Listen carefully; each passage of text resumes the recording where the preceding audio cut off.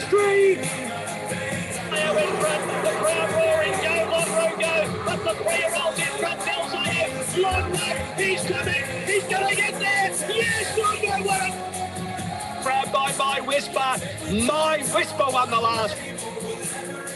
Welcome, punters, to another episode of the Whispers Racing Podcast, Blue Diamond Day at Sandown. As always, I'm joined by Matty. How are you, Matty? Going well, William. How are you, mate? Yep, going well. Bloody excited for this week. It's this weekend of racing. It is dead set stacked. What a card.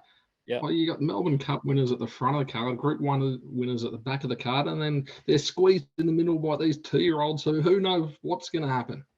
Well, lucky enough, if you're tuning in, I'm going to dissect the 2-year-old race. So lucky we're going to find a winner in that. But I've never known a card for Melbourne Cup first, second, third running on the same card, all first up. Like, I'm bloody excited. Sandown must be just rubbing their fingers going, what is going on? What a year for Caulfield to be doing a renovation. Yeah, why not sell the track? Yep, what a great move that's going to be. But anyway, we'll move on. We're going to be previewing Sandown races 4, 7, and 9. So that is the Zenitive and the Blue Diamond and the Oakley Plate. So stacked card, we'll get stuck into more importantly, we'll have bets around the grounds, multis, pineapple of the week, which Matty is the person this week. So talking points this week, we've got one. Obviously, we'll talk about the elephant in the room with the changes to the Spring Carnival, a few little changes. Cox Plate stays where it is, so that's a good thing for, I reckon. But the changes are Manikato moves to Cox Plate Day, Moonee Valley Cup moves to the Friday night. Now, 1,000 Guineas and Sir Rupert Clarke will move to the Saturday after Champions Day. Caulfield produce another meeting with that. Cranbourne Cup moves back a week. Ballarat Cup moves back 2 weeks. But the big thing here, Pakenham Cup still hasn't been decided, so they don't even know where that meeting's going to land. I'm worried with the cost of living going up and the wagering turnover dropping. We might be trying to squeeze too much out of the punters, the people turning up. I just find it really bizarre that they've made these decisions and Pakenham's sitting there just saying, hey, you've got to wait and we'll decide where your meeting lands. I think Pakenham deserve better. Your thoughts, Matty? Well, to start with the positives, I do think that it's a good move for Cox Plate Day having the Manikato. I thought that was a sensational way to end Cox Plate Day last year. I know it wasn't planned, but being there on the day, it was an absolute humdinger. So quite happy with that. I know your thoughts around the Friday night racing before Cox Plate, especially given how big a race day it is. But I think that's a positive move.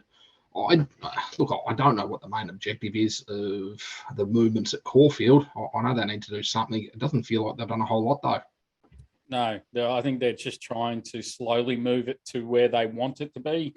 I was reading an article where they say we still haven't finished with our moves. So I think that's a bit of a concern, knowing like interest rates are going up, cost of living's going up, inflation up.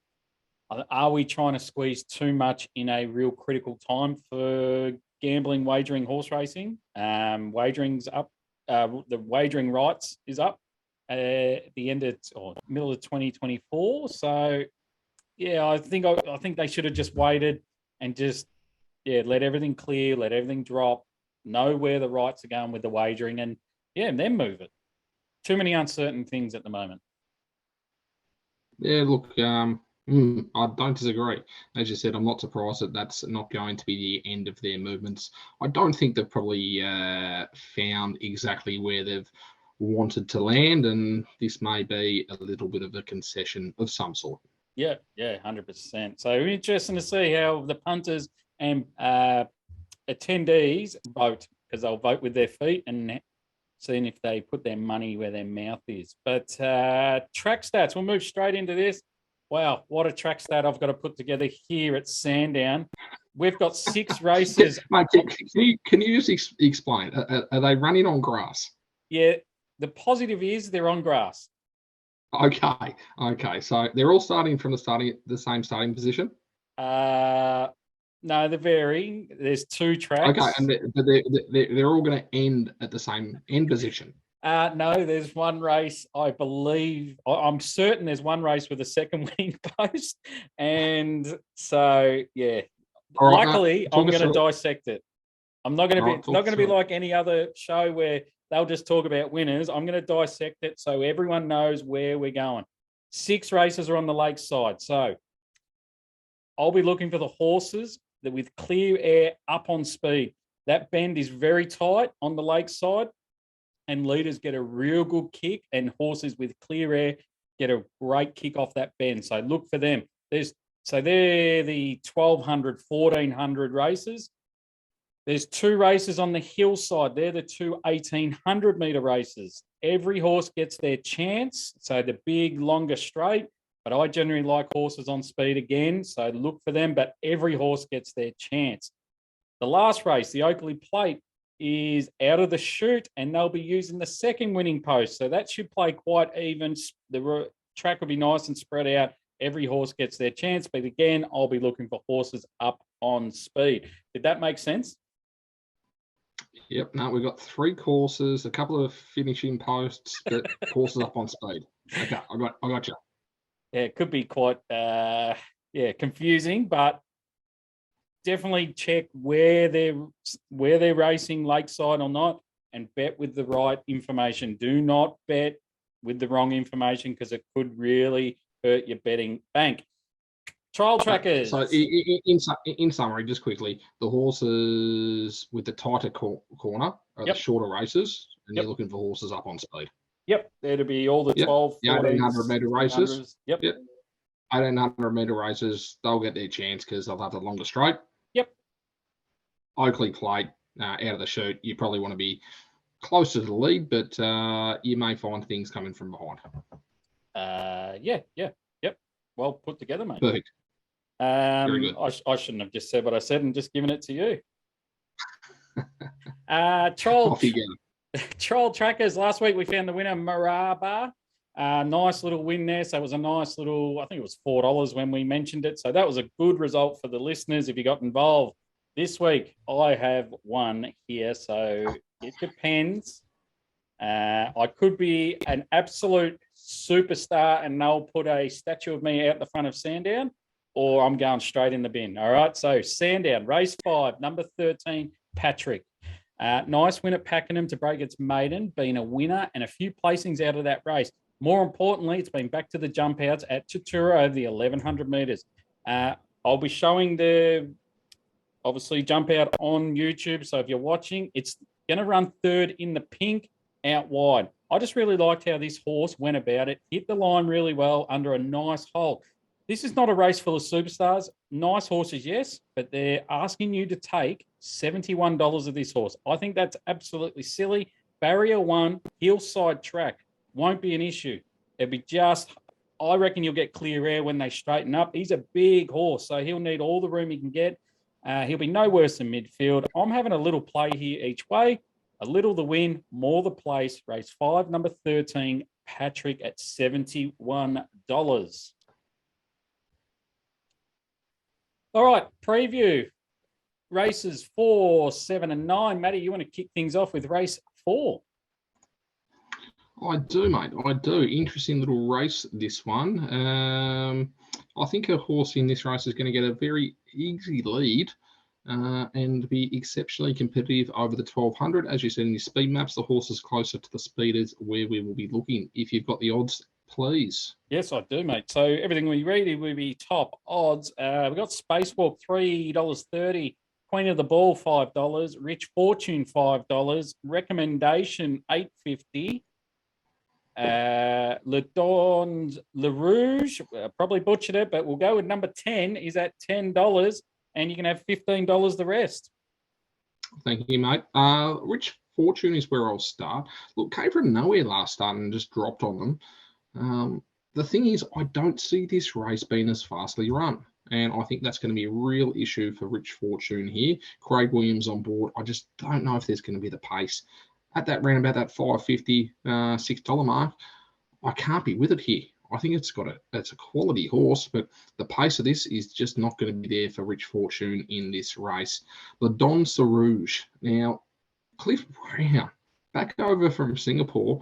I think you might have found one here in Le Don Rouge. Now, it's going to sit around about midfield from barrier number 6. It's a class horse, first time over 1,200 metres, slight concern.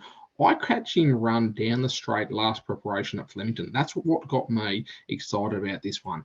It might not be this race, but it's going to be around the mark. I see it sitting in the top 5 horses, and I can see it definitely running on for a place, and I think it's going to be one that we mention in future podcasts. Le Don Rouge. Queen of the Ball. This is the horse from barrier number 10 that's going to get a very easy lead. It's going to get the opportunity with Blake Shin on board to cross them, and there's not going to be any other pace on them.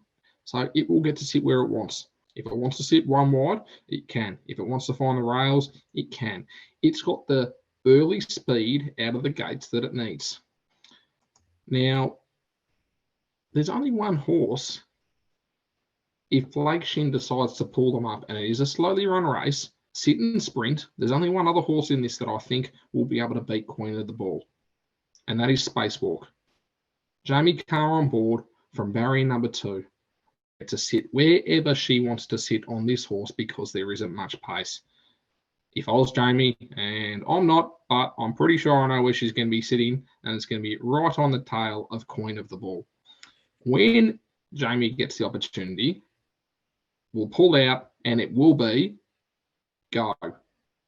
I think Spacewalk has a better sprint than what Queen of the Ball does across that last 200 metres, and that is why we will be going Spacewalk on top of Queen of the Ball Worm. How did you find this race? Yeah, I'll go back to the speed map here. I think this is, you're talking about Le Don and the Rouge. We'll find out how it's going to go in the first 100 metres. From barrier 6, there's a lot of pace out wide from 8 and 10 from Queen of the Ball and Recommendation, who I think go forward. If Le Don Le Rouge, I butchered it, but stay with me. If they roll forward, it's a genuine chance. You've talked to me, you gave it a good rap, so I'm with you on that. So if you've got a fair or sports bet account where you can bet live, your first 100 metres, you're going to find out with that horse. So if it rolls forward, have something on, get something out of it, because its form is, I think, better than what the odds are suggesting us. Queen of the Ball, it finished alongside Zoo Style, which Paul Ely won that race. So I reckon that's got to be a bit of a form line there. Rolling forward, as you said, on a soft tempo, that's a big tick. Only just got run down by Rich Fortune. As I said, what do we got? 1,200 metres going around the Bend Lakeside, hot on rail, Queen of the Ball, or, Spacewalk. We know where she's going to sit. Your thoughts on Rich Fortune? Thoughts on Rich Fortune? Look, definitely got in the top 4. Got to get a mention. It's just going to get too far back here. And as you mentioned, on this track, you need to be in that first half of the field. Rich Fortune last start, again, came from nowhere. Dropped on them right in the last 100 metres. I don't see that being an opportunity for Craig Williams now. Look, Willow's smart enough. He might try and sit closer, but I don't see it. I don't necessarily see it sitting in the first half of the field, especially from barrier number 9. So I just don't think the tempo suits it right here. Yeah. And also, Ed, I reckon it's not going to have a bum to follow. I don't think it's going to take anywhere. No horse is going to take him into the race.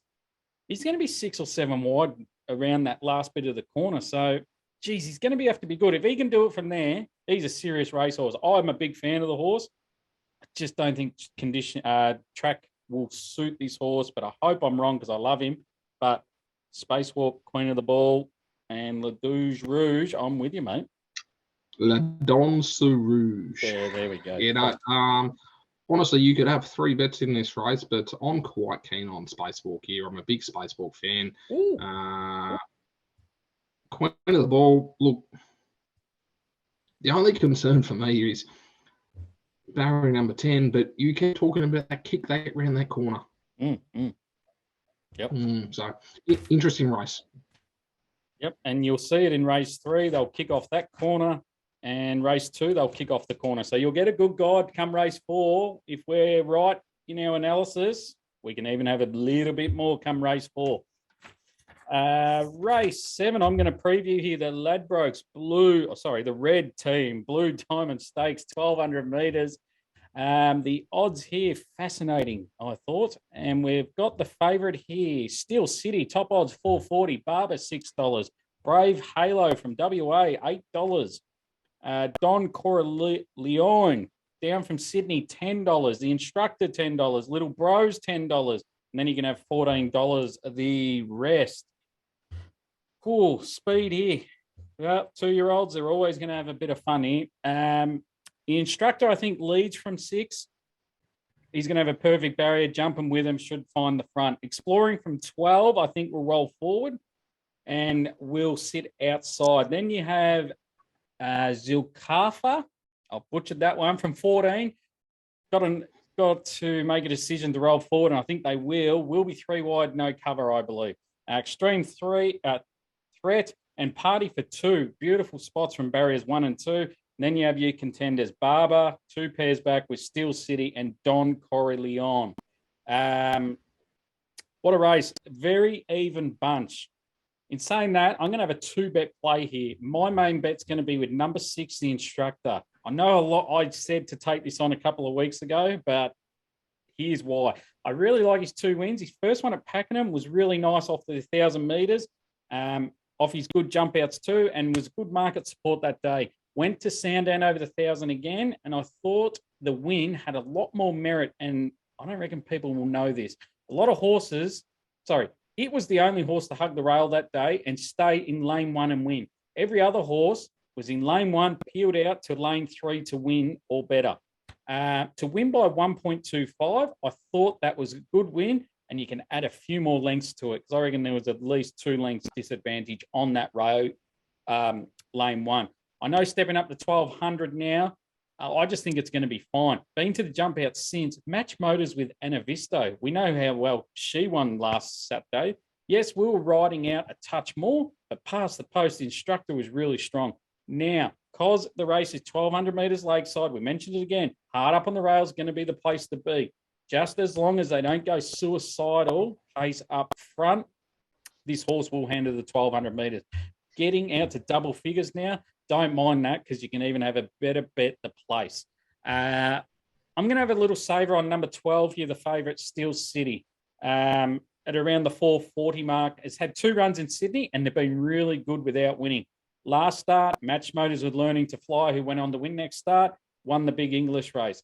Genuine Golden Slipper chance. Then first start, second to Red Resistance, who went on to beat King's Gambit, who I still believe is a genuine player for the Golden Slipper. So if this horse has serious form lines without winning, I wonder what price we'd be getting if it won both starts or even one. Now, this horse should find a good run in transit, 2 pairs back. More importantly, blinkers go on. Blake Shing goes on. Tick, tick. The trainer has a big opinion of this, so I've got to have a saver on it. The other one here, if you're playing exotics or same race multis, I'm happy to have add in number 17, Sensical. I hope I got that one right. It's a good horse. Throw it into your exotics, same race multis. We'll be back, but it was back last start and it hit the line hard. I think this is a touch of overs. Peter Moody, we know the nose roll is going to be on. We know where he's going to be. Won't be hard to find, but I just think he's one for the exotics. So happy to be with the Instructor. Saver on Steel City. Have something on Sensical in your same race exotics if you're a player of those. Matty. Nice summary. I didn't hear Barber in that whatsoever. No. 3 from 3? Yeah, not going to knock it, mate. It's not going to take it on. Lovely win last start at Sandown. I think it won with a touch of arrogance. Probably wasn't anywhere near fit. Just saw his work on Tuesday with number 3, Zolfkar. I thought Zolfkar went a little bit better than Barber in Tuesday's track work. Not knocking it. That's only track work. Barber's a serious horse. I know the camp think it's a serious horse, but yeah, barrier 9, 3 wide, maybe no cover, maybe with a bum to follow. But yeah, I just like horses closer to that rail and yeah, going to have every chance. Okay, no, very good. I'm going to stay well and truly in my lane here, Worm. 2-year-old is your domain. I could make a case for, how many we got? We're about 16 of these things. I could make a case of 15 of them. So I'm quite happy to be in your camp. Yep, beauty. Yeah, easily 1 by 3. The instructor, have a couple on Steel City to get a nice collect. And I think we can play Quinellas and trifectas in that race. And I reckon we might get a nice result. We'll see. That is one thing with these type of races. You do generally get nice exotics. So if you are playing them, just make sure you do have something small on the horses that you do like as that combination bet. Yeah, definitely, because it'll pay quite large, hopefully. Race 9, the Oakley Plate, 1,100 metres, Group 1, out of the chute, second winning post. Let me repeat that, out of the chute, second winning post. We've got the odds here. Favourite is $6 to field. Asphora, $6. I Am Me, $7. Chain of Lightning, $8. Uncommon James, $10. Star Patrol, $10. Lofty Strike, $11. King of Sparta, $11. Zapateo, $18. And then you can have 26 plus the rest. Speed map, wow, what a race. You'll see it down the bottom here. There's dead set going to be pressure on here. Jockeys are going to try and be fighting for a nice little bit of cover, a little bit of positioning. So it's a game of inches, as I always say, and I think you're going to have to get it absolutely spot on here to win this. Speed, Zoo Style from 20 will come across and burn him to try and find that middle part of the track. He might even try and find the lead from there. Asphora from 6 will push up and lead. I Am Me from barrier 1 will push up and lead. So you're going to have pressure on there. Right behind him, Maliva, the astrologist, Uncommon James sitting right on their hammer. Rockin' Horse, Lombarda, Marine 1, Chain of Lightning right there. They're going to be all bunched in together here. Not much space. Mark's Crusader, we know, is going to be right out the back. All right, 2-bet play here. I'll start with the one I'm really confident on here. Number 11, Chain of Lightning. It's had 2 good jump outs leading into its first up run at Sandown. Now, go and watch the replay on this at Sandown. Was extremely unlucky. I reckon it should have won with any luck. No fault of the jockey. It was just the barrier. And that race, the rail was out 10 metres. On Saturday, rail back into the true, shoot racing. It's going to be a nice, big, open straight. Should find every chance to win.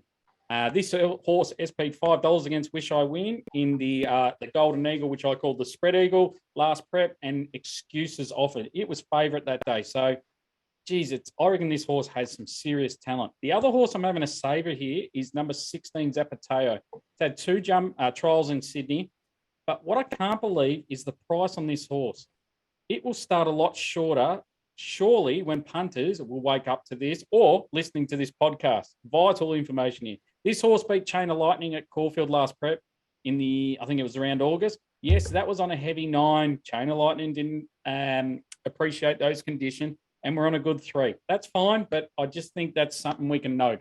Then the second case, I'll make is Zapateo. Why is this horse $18 against Asphora, $16? Let me remind you, punters, 29th of October, down the straight, 1,100 metres. Asphora won. No issue with that. Great ride. But William Buick was on Zapateo, and he absolutely butchered it, murdered it. You can call this any name under the sun. It was disgusting riding. It should have won. So why are we getting a price? Should be a lot closer in betting. That's $18 Zapateo, $6 Asphora. Complete stupid. Let's get on Zapateo. A few other runners. Zoo Style has form around Coolangatta last prep, and we know how Coolangatta went last week. And they want you to take $34 on Saturday. I think that's a touch of overs, knowing it's going to be up on speed. The other one I think I just cannot make any sense of. Shooting for Gold beat Star Patrol back in August over 1,100 metres. So why is there a big difference in betting? Star Patrol $9.50, Shooting for Gold $41. Doesn't make sense to me. I think the market needs to be a bit more closer together. Matty, your thoughts? I'd well summarise. There are plenty of horses here you can make a case for. Plenty of different form lines. Rockin' Horse. I mean, realistically, this horse, how is it paying $31? I've got no idea. I've never been on this horse when it's won, but I can't get off it right now, especially when it's paying $31. King of Sparta has got the ability to be winning a race like this, no doubt whatsoever. And then you come down to a few of my favourite horses. I Am Me, Believer, Star Patrol. Star Patrol has got the ability to blow these horses out of the park. And I mean out of the park. Depends on what horse shows up on the day. But look, it's an absolutely cracking way to end the card. And what I'll be doing is following horses that I've followed previously. Yep. And they'll be around horses like Star Patrol, I Am Me. So, look, you can make a case again for a number of these horses in this race. I can't believe we've come from the Lightning last week to just as good a field this week.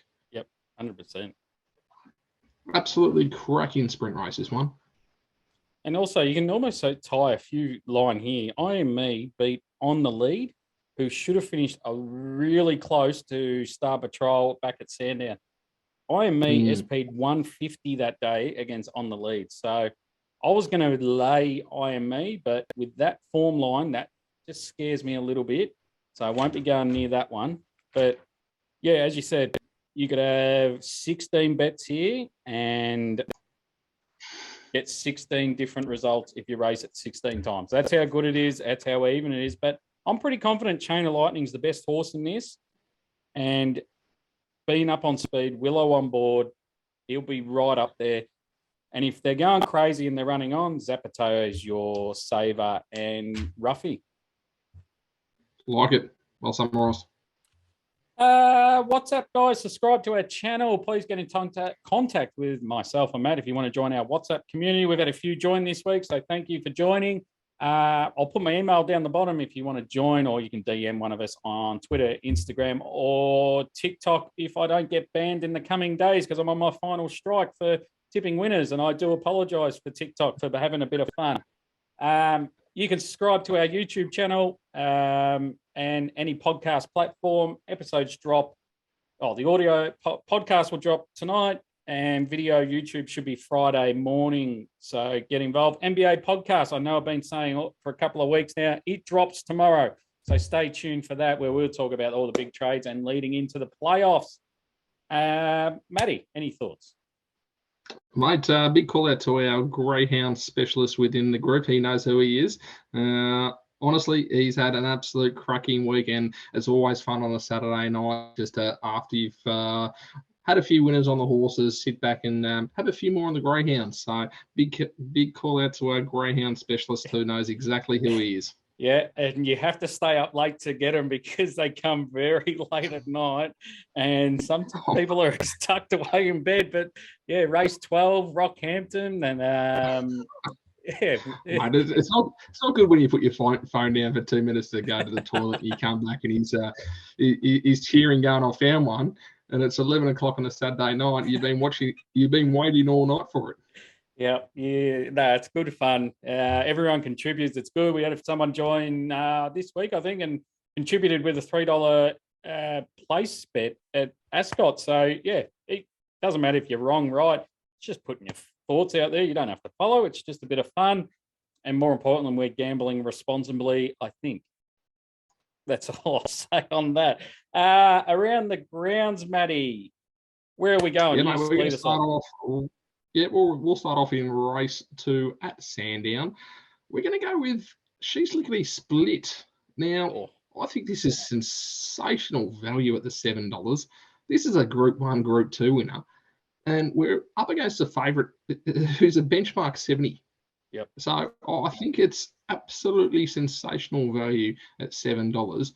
And to be perfectly honest, I haven't got the favourite as the danger here. I've got Laced Up Heels and Royal Merchant as the two dangers, and both of those are having a little bit of value as well. So it doesn't necessarily just need to be a single bet on Strictly Split. I have it well on top of the rest. However, I think I'll be also having something smaller on Laced Up Heels and Royal Merchant, but She's Legally Split will be our first bet for around the grounds. How are you finding them? Yeah, mate, I totally agree with that. It's interesting how we both do form very different. And when you mentioned it, oh, geez, there was a rise in my pants, mate, because I'm with you. Bar plates off. 1100 didn't suit last start. Up to the 1400. Barrier 3. Blake Shin. He's going to be our favourite on Saturday, I reckon. Finds the front. Yeah, he's given a little bit of weight to these, but, geez, there's not much chop here. And this was 420 in 1,000 guineas, 850 in an Empire Rose. I don't think any of these get anywhere near that sort of price or where it finished last prep. No, I don't think we'll be finding $7 for very long, so I'll be jumping on as soon as we jump off this. Yep. Now, are you going to go first with Friday night, or would you like me to? I'll go because it's race one and yours is a bit later, so they can roll my money when it wins into your little exotic bet. So I'm going to kick things off in Moonee Valley Friday night, race one, number 4, Starbury. First starter who's had a couple of jump outs. I thought they were really good to be getting involved here. Should sit just behind the leaders. Looking forward to seeing what's under the bonnet with 300 to go. Hello, Blake Shin on board. There's a little bit of formula happening here. I think we might change our podcast to the B Shin podcast. Might actually tag him in our podcast, see if we can get something out of him, which I love. Price is about $3.70 at the moment. I suggest we wait and hit at about $4. I think that's a better price to get involved. It's currently on the drift now, but this horse could easily start $3.30 because the big boys might find Blake Shin and Nick Ryan. They're a deadly combo. So please watch the market, pull the trigger at the right time. That's race one, number 4, Starbury at the Valley. Matty. Very nice. That is a very good way to start the Friday, but I want to have an even better way to end the Friday. We're going to go up to Canterbury, which found us quite well last week with For Valor. I'm going to continue that form, but I had a little bit of time up my sleeve, so we're going to go with a quaddy to end the night. Now, to start us off, we're going to go one leg with Pungo. Now, I can't see another horse in this field who is going to get the better of Pungo. So Pungo is going to be one out to start us off, and we'll know very early whether we're on the money or not. Leg number 2, we'll be going Wineglass Bay and also Silent Agenda, who I don't think ran up to its potential last start, so it will also be going in. Race 7, the third leg, will be going 5. So we'll be going number 1, 3, 4, 5, and 7. Race 8, Kazoo and also John Query. Those two will close us out, and that will be for a combination of 20 combinations, so $20 for 100% of this quaddy, and quite keen on Pungo to kick us off. Worm, have you had a chance to have a look at Canterbury? Yes. Pungo owes me a lot of money from that last start failure. Yeah. I think he's a serious horse. Disappointing. Yeah, serious horse. J-Mac on. I know that's a big tick majority, but he's not riding as well. So Pungo turns his form around, I reckon. Race 6, Wineglass Bay. It still makes me sick what it did last start. I thought it won. Got to be with it again, J-Mac again. So we're putting a bit of faith in the old J-Mac here. Yeah, I think he wins. And then, race 7 and 8, I'll leave them to you because you've seen them way too well. No, I think, we'll definitely be having the quaddy. I think I'll be having something on Pungo, Wineglass Bay. Solent Gender is a bit of cover. And then in the last, I think Kazoo and also John Kira. I think those two to close us out. I think leg number 3, I think we've got it covered with 1, 3, 4, 5, and 7. As we said, 20 combinations. Quite comfortable to get 100% of this quaddy. And realistically, not a stretch to get 200, 250. Yeah, nice. Good. I'm going to have a bet around the ground on Saturday. I'm going to go outside of my lane here. We're going to Saturday Randwick, race 7, number 12. A Lot More Love. This horse has had 2 good trials before its first up run. I think it was just another trial when it raced first up. Paul Barrier made them go back. Then it ran the second best 200 to the winning post out of the race. I think that's really encouraging. Barrier 2 here, I really hope they roll forward because I think this horse can win at huge odds. This race is stacked, full of good horses. I can't let this horse go around at a price at about $35. That's race 7, number 12, A Lot More Love. Very nice, Worm. It's not bad when we go out of our lane. We also found last week Eagle Farm Head of State, which was a pineapple a couple of weeks ago, saluted at $1.80. So sometimes nice when we go out of our lane. I found it hard up in Sydney this week, especially with the quarter legs. Those favourites in secret. I think people will find it. I think people will find it. But nice to see we're going north of the border. Yeah, we could be like everyone else, find the cheapies and promote ourselves, but we're going large this week, and I think we're going to have a large day. Back to the Around the Grounds. You killed it last week with Canterbury on the Friday night. Head of State, you basically said it was a moral without mentioning it, so that won nicely. I stunk it up, as always, but no, full credit goes to you for that.